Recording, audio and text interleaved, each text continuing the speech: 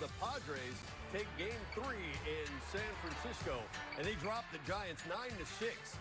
The final score. Boy, it has been a while since we've seen some smiles. Great to have you with us, everybody. Padres Live. It is the post-game show. It's brought to you by Cox Communications. Mark Sweeney and Mike Pomeranz with you. A collective exhale as the Padres able to snap a 5-game losing streak. Yes. Yeah, really. Finally, right? This was offensively what they needed. They needed a little bit of a breakout, Mike. On a bullpen day for the Giants, they looked very comfortable. I absolutely loved the approach today because it had a lot to do with attacking the fastball. Yeah, 9 runs, 16 hits. Mark's been talking about it for a couple of days, and particularly, I thought you were emphatic in last night's post-game show saying, if you don't do anything else today, you have got to hit the fastball, and to your point, they did. Yeah, Mike, sometimes when you struggle in this game, you realize you just go back to what you heard when you were a youth. Jurickson Profar leading off today, and he shows it with the double. You can see Adam Frazier going the other way. What a day he had. We'll get to that in a moment. But also going the other way, using the big part of the field, Fernando Tatis Jr., Manny Machado. Those guys, Profar, Tatis Jr., Machado, 8 for 16 today. And Mike also, Jurickson Profar with a right-handed homer, which is really nice to see. Up and down the lineup, you saw some production. You see the walks. This was a nice offensive night tonight. It had a lot to do with attacking the heater. Well, that was great to see. It has been so long since we've been able to show a box score with some pride because the guys I know have been scuffling and they're getting a few hits here and there, but never as many as they would like. You made an interesting point. Tatis doing Tatis things offensively, getting some hits when he needed to. But Adam Frazier is a guy who came over here as, at the time, the league leader in average and in hits, and it had been cold in San Diego, but today it was nice to see him get hot. Yeah, Mike, a lot of 1-for-4s. Typically, Adam Frazier's not going to drive the ball, but this was his approach that I thought was much more comfortable. Inside the line there for the double. That had to feel good, scoring 2 runs, obviously. But, Mike, he knows how to manipulate the baseball. It's not a dangerous swing, but tonight he looked the part. Line drive approach, you can see, stays within the strike zone. This was a nice night for him. A 4-hit night, Mike. He's had 3 of those, 2 against the Giants this year, and the last one was in a Pirates uniform at PNC, which I think is one of those things that if he's going to be dangerous, Mike, he's going to be slashing. It doesn't matter if it's a lefty or righty. He's going to have to stay in the strike zone and line drive to line drive, and he showed it tonight. Yeah, push that average back up to 305, which at this point in the year, it moves so incrementally as you guys have so many at-bats. But a good night for Adam, as he would be, 4 for 5, as you say. A couple of RBIs, and Adam spent a moment after the game with our Bob Scanlon. Bob? Mike, thanks so much. Adam, thanks for joining us. First and foremost, how good does it feel to be back in the win column tonight? It's a great feeling. It's been a while, so I kind of forgot what that felt like. So, yeah, it's a big win tonight. Battled all the way to the end, and that was a fun one. Yeah, Adam, you guys led the entire way, but that was a long game. It was an intense game. Was it as intense for you being in that game as it was for us watching it? Yeah, it was pretty intense. Giants are a great team, so they're never out of anything.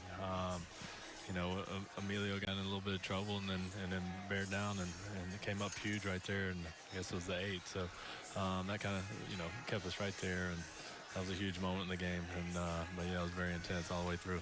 Adam, you must be the luck charm. The last time the Padres had a victory, you were a post-game guest as well. You had 3 RBIs in that game, 4 hits for you tonight, and you talk about big moments. I thought your at-bat in that first inning was really a turning point. Bases loaded, 2 outs. It really set the tone. Were you thinking about that at all as you're walking up to the plate in that first inning? No, I was just trying to get, put the barrel on the ball somehow.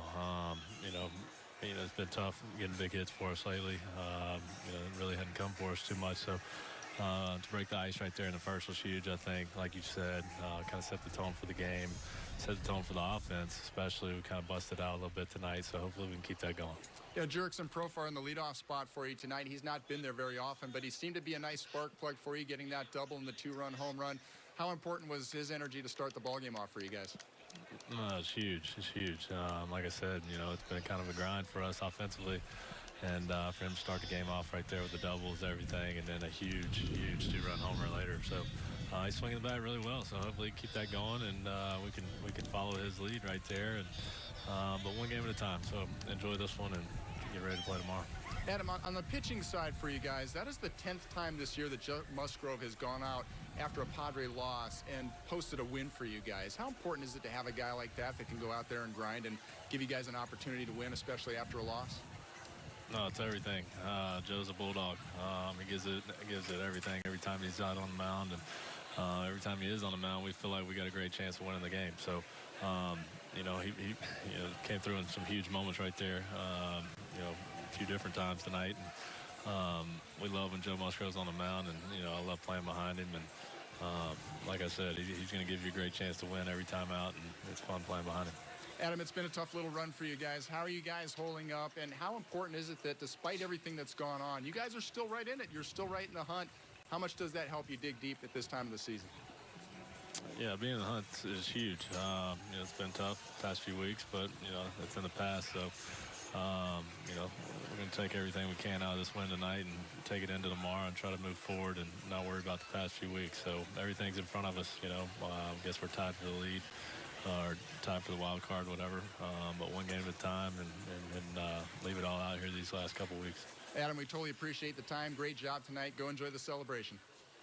Thanks, guys. Adam Frazier, guys, did it with the bat. 4 hits tonight. That's the first 4-hit game he's had as a Padres, the 5th time he's done it this season, and he was a big part of this Padres victory. Mark, back over to you. Yeah, it was nice to see, Bob. Thanks very much. So with the win tonight, you are 1 game now behind the Cardinals, who also won tonight. They hold that 2nd spot. But remember, after tomorrow, you got a 3-game set in St. Louis. It's really getting exciting. Let's talk about Joe Musgrove a little bit today.